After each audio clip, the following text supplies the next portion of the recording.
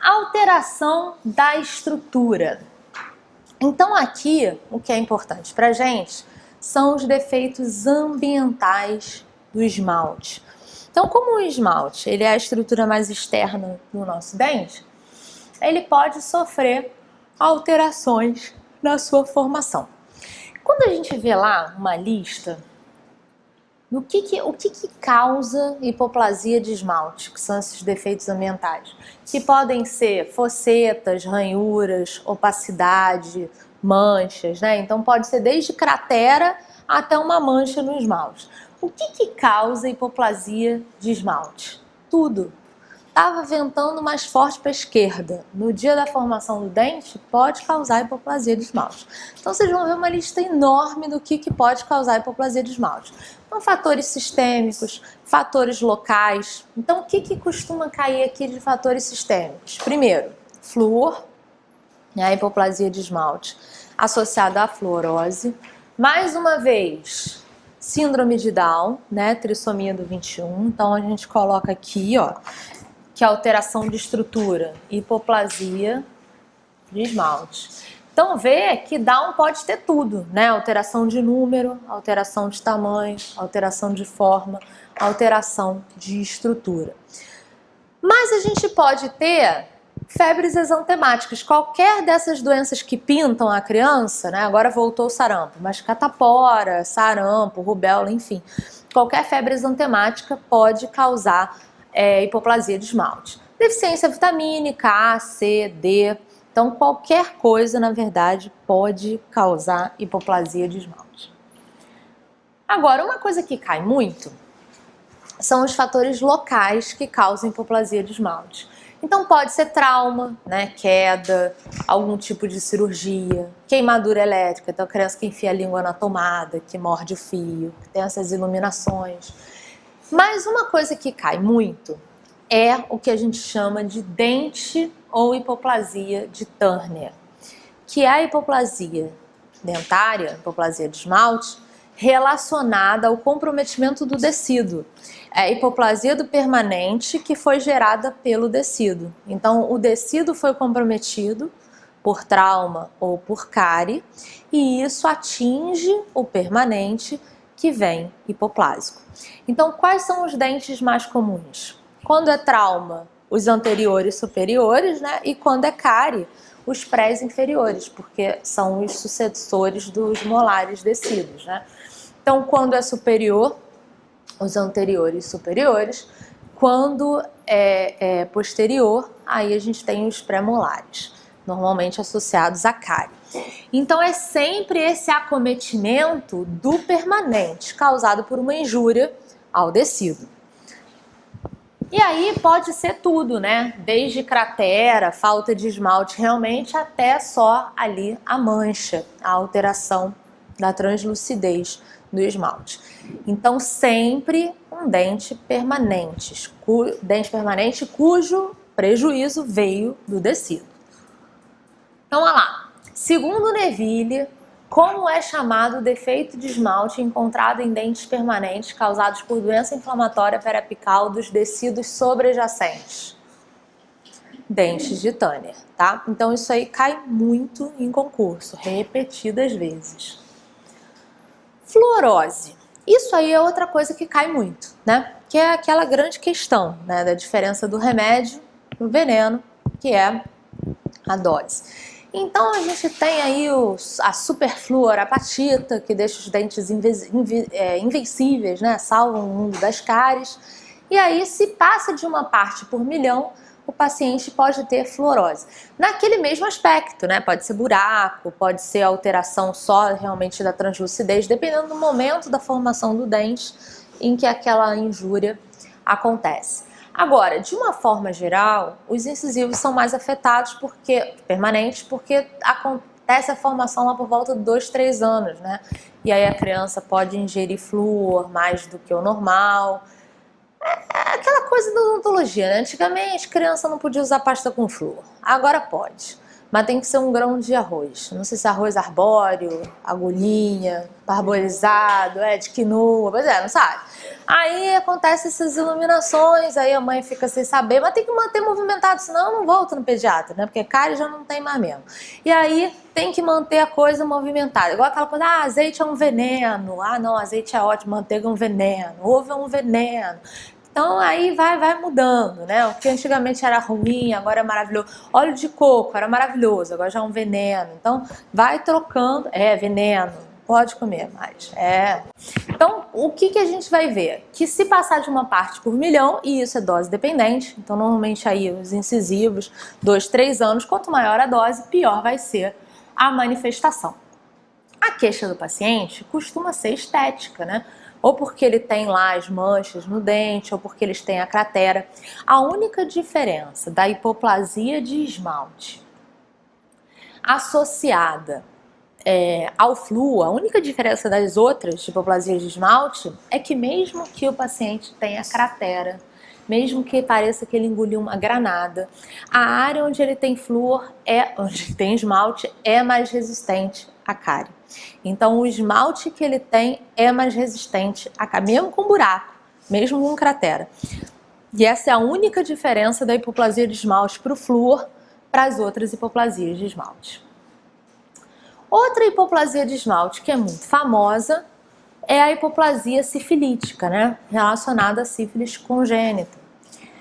Então os pacientes têm aqueles incisivos em chave de fenda ou em bandeirinha, né? Tem um chanfro na incisal em forma de meia-lua, ele fica mais gordinho na região mesiodistal. E os molares em amora. São molares com várias cúspides bem globosas que dão esse aspecto aí de molar em amora. Então, olha lá, os dentes, né, os incisivos em bandeirinha ou em chave de fenda, ótimo para abrir garrafa. Pena que a gente quase não vê. Mas, ó, não precisa nem comprar abridor. E aí ele tem, os molares têm essa oclusal mais afunilada, né? E várias cúspides ali que dá esse aspecto de amora. E, por exemplo, meu cunhado é dentista. Quem você acha que atende o irmão dele? Ele taca pra mim, né? Falando, não vou atender. Ele não vou atender não. Aí eu mando pro meu sócio, entendeu? Vai jogando pra cima. Meu cunhado manda pra mim, eu mando pro meu sócio. Aí ele, coitado, morre ali. Não tem mais pra onde jogar. E aí eu atendo a família toda do meu sócio também, é um horror. Aí o que a gente vê? Que normalmente quando o paciente tem uma alteração sistêmica, uma febre exantemática ou alguma coisa, você costuma ver essa linha de hipoplasia, né? A altura de todos os dentes que estavam se formando naquele momento que apresentam aquela hipoplasia. Então, olha lá, muito comum. Você tem uma febre exantemática na infância e fica aquela linhazinha ali no momento em que o dente estava se formando. Ó, já pode dar tiro, vocês sabem, né? Ainda tem isso, ainda tem que fazer isso. Defeitos do esmalte e da dentina. Então, aqui entra o que a gente já falou de defeito de estrutura, lembra? É claro que se falta esmalte, se falta dentina, a gente vai ter uma alteração de forma, né? Mas a classificação primária, ela é sempre de acordo com o princípio que gerou aquela alteração. Então, se falta esmalte e dentina, é alteração de estrutura, embora eventualmente o dente vá ter alteração de forma. Então, a odontodisplasia regional são os dentes fantasmas. Como o nome já diz, ela é regional, então felizmente não é generalizada, né? A gente não tem todos os dentes sendo acometidos por essa desgraça de não ter nem esmalte nem dentina. Então não é uma condição hereditária, é uma condição extremamente rara. E o que a gente acredita que causa odontodisplasia regional? A gente acredita que seja uma falha na vascularização do local. Então não chega oxigênio suficiente ali e a gente não consegue ter uma formação com sucesso de esmalte de dentina. A coisa ruim disso aí é que, embora seja localizada, se o problema é vascularização, vai acontecer tanto na decídua quanto na permanente, né? O dente que tentar se formar ali vai dar defeito porque não tem luz. E aí a gente vai ver que a região anterior superior é a mais afetada. E normalmente, como é que você evidencia a odontodisplasia regional? Em geral, o paciente chega para você assim, com um dente que não erupciona. Fica sem erupcionar um tempão, porque o dente não tem força para erupcionar, porque não tem nada, na verdade. Esse nome de dente fantasma é porque a impressão que você tem é que não tem nada e jogaram um lençol por cima, né? É uma coisa fininha de esmalte, de dentina, e dentro tudo transparente. Não tem raiz, não tem nada, porque não tem esmalte nem dentina, né? Então a gente chama de dente fantasma por causa disso. Aí é óbvio que esfolia, perde precocemente, porque não tem nada ali. A grande vantagem é que é uma área pequena, você extrai aquilo ali, faz implante e resolve o problema do paciente. Pelo menos não são todos os dentes de todas as dentições, né? Mas é um problema grave, não tem dente. É como se realmente tivesse um lençol ali cobrindo o tecido mole, que é a polpa que está ali. Então tem exposição pulpar, tem mobilidade, né, esfoliação precoce desses dentes, porque não tem material, não tem nada. E, eventualmente, a odontodisplasia regional, ela pode estar relacionada a síndromes. Grifem aí, displasia ectodérmica e neurofibromatose. Displasia ectodérmica, né, que também falta dente, o paciente pode ter anodontia. Aí vê, quando ele não tem anodontia, ele tem odontodisplasia regional, coitado, é um infeliz, né, não tem dente de forma nenhuma. Isso aqui é outra coisa que cai muito em concurso.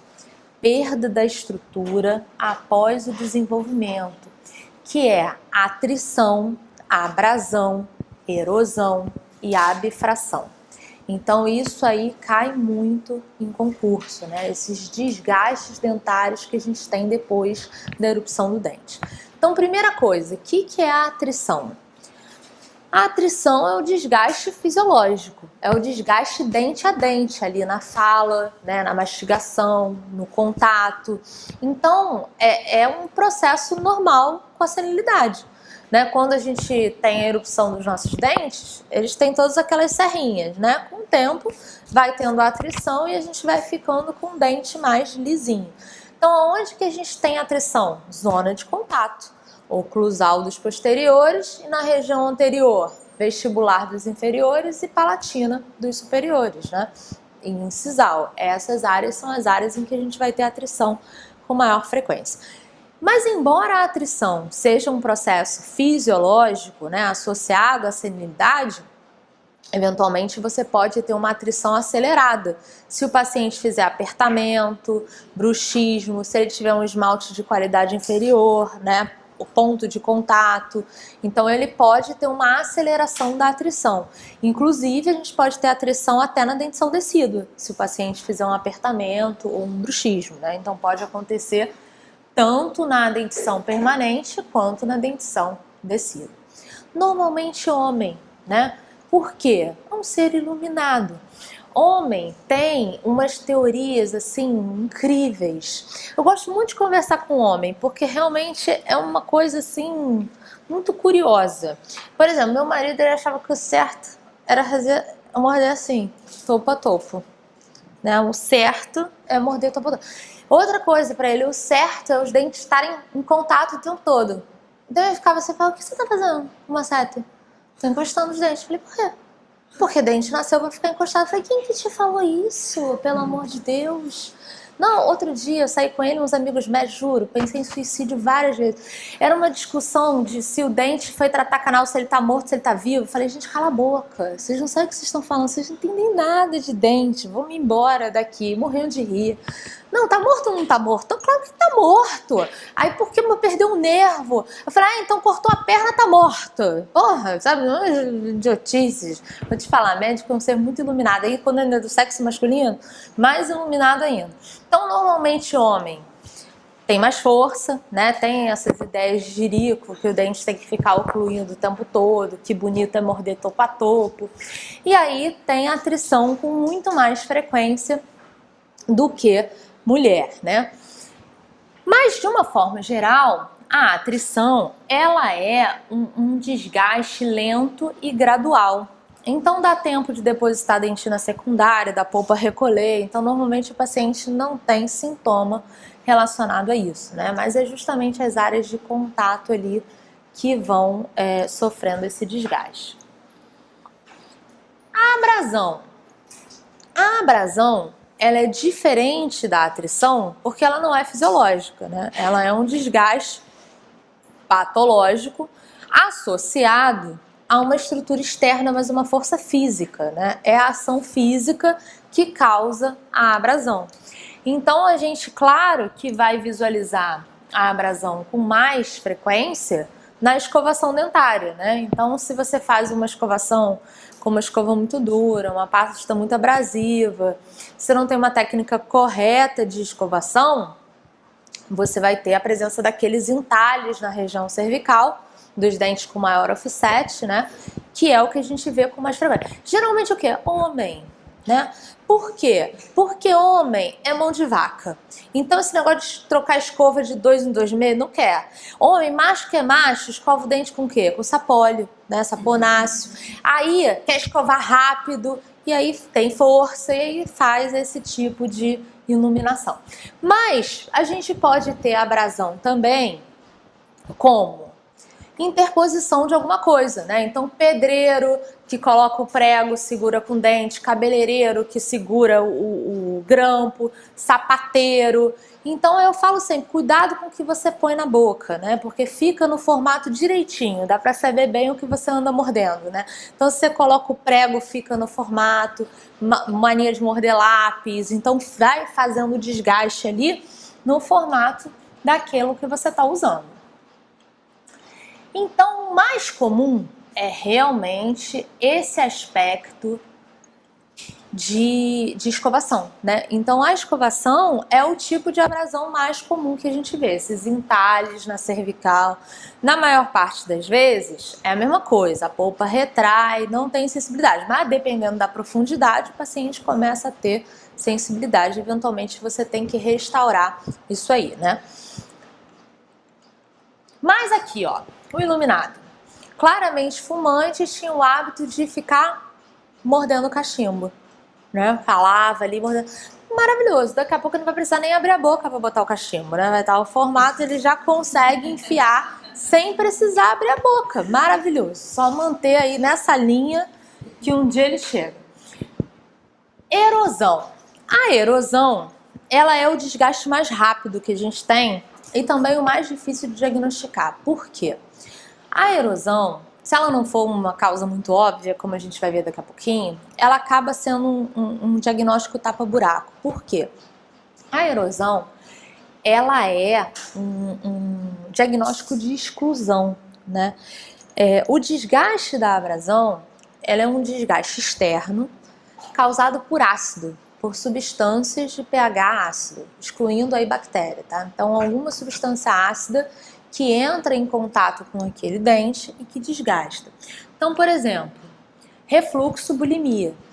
Se o paciente provoca o vômito, você vai ter o contato da secreção gástrica. E aí é uma forma muito fácil de você ver de erosão, porque vai ser a superfície lingual dos dentes, né? Provocado pelo vômito. Agora, pode estar associado a bebidas com gás, né? Refrigerantes, limão. Pode estar relacionado a causas laborais. Então, trabalhadores que trabalham com névoas ácidas, tipo frentista.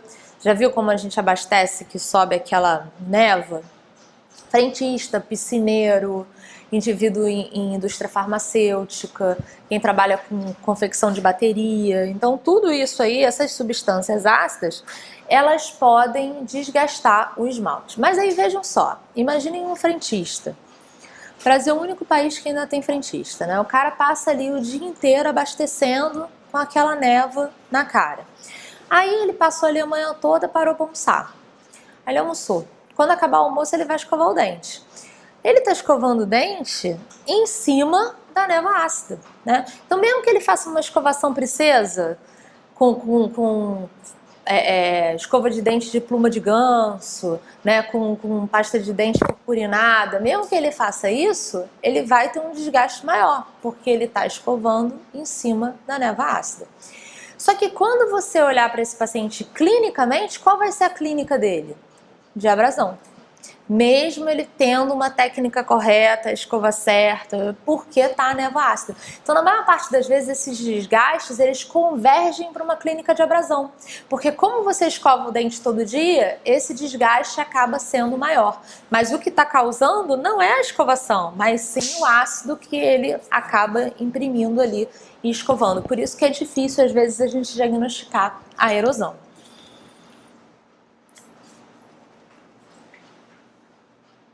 E aí, o que a gente vai ver? Existe uma coisa ainda chamada de abfração. O que é isso? O nosso ligamento periodontal, ele funciona como se fosse um colchão de amortecimento ali para o dente, né? Então, à medida que o dente ele é submetido à força de cisalhamento, durante a mastigação e etc., a gente tem uma neutralização dessa força feita pelas fibras. Se o dente tem algum contato prematuro, se ele está fora de posição, se ele está mal restaurado, isso pode alterar a resultante dessa força. E isso faz com que o dente sofra uma flexão na região cervical. O dente começa a flexionar na região cervical e aquilo trinca os prismas de esmalte microscopicamente. Sabe como quando a gente quebra o vidro do carro, que fica todo estilhaçado, mas não quebra, não solta? É a mesma coisa que acontece ali. E aí o que acontece? Ele tem aquela área fragilizada. Quando ele escova, acontece o quê? Uma clínica de abrasão. Embora o problema não seja a escovação. Normalmente a gente investiga isso, mas quando você tem associado um trauma oclusal. Não, a gente investiga mais assim, ó. Quando é localizado. Porque, veja, ele só tem aqui.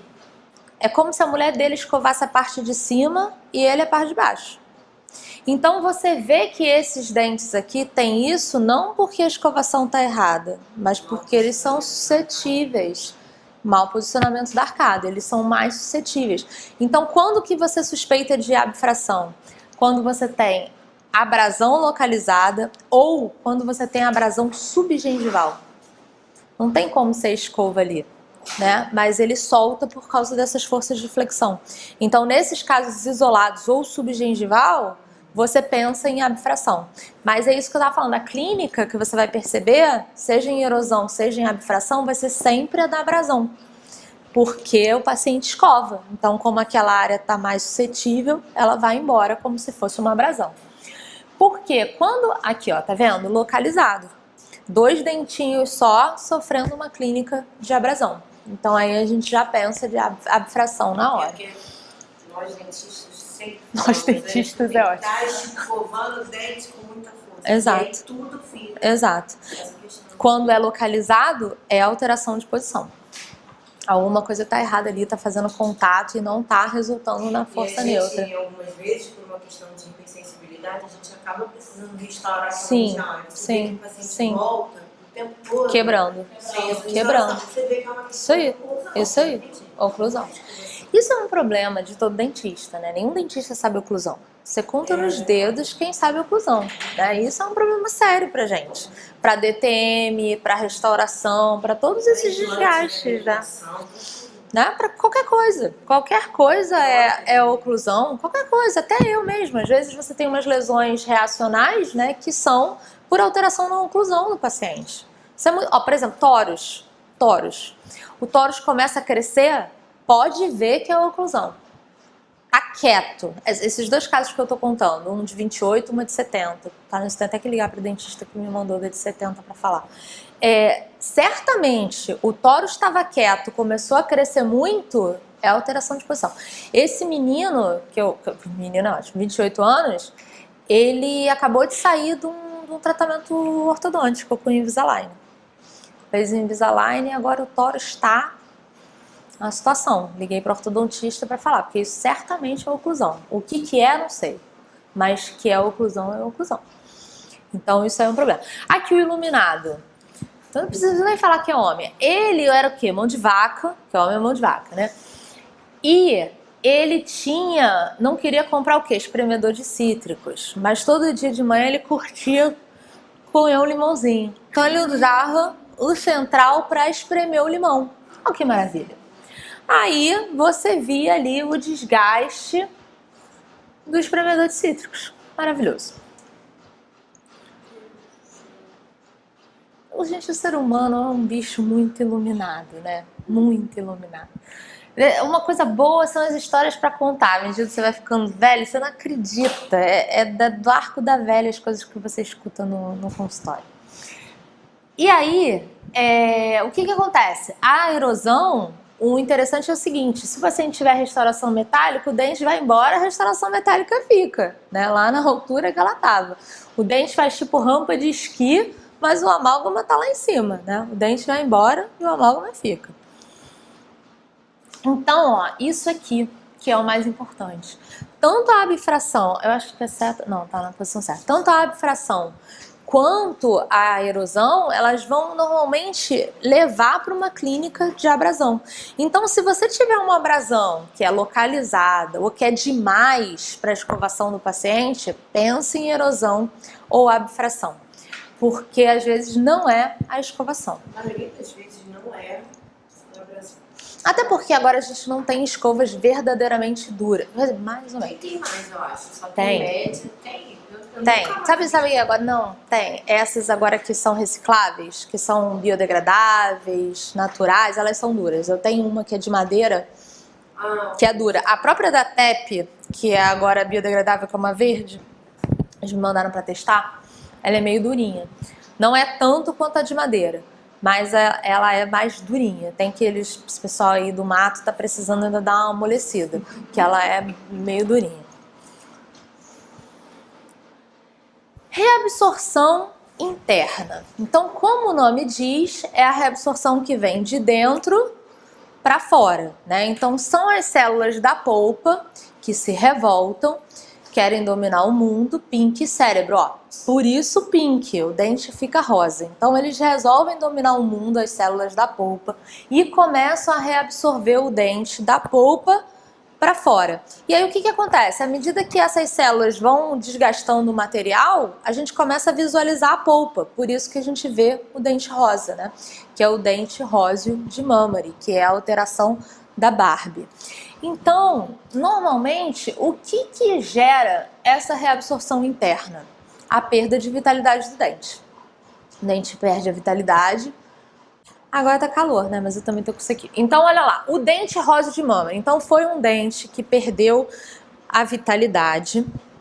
E aí a polpa se revolta e começa então a reabsorver o dente de dentro para fora. Então, quando essa reabsorção ela é coronária, a gente consegue visualizar o rosa, que é o dente róseo. Quando essa reabsorção ela é radicular, o que a gente vê? Uma dilatação ali do canal, que é o que a gente chama de distensão em forma de balão, né?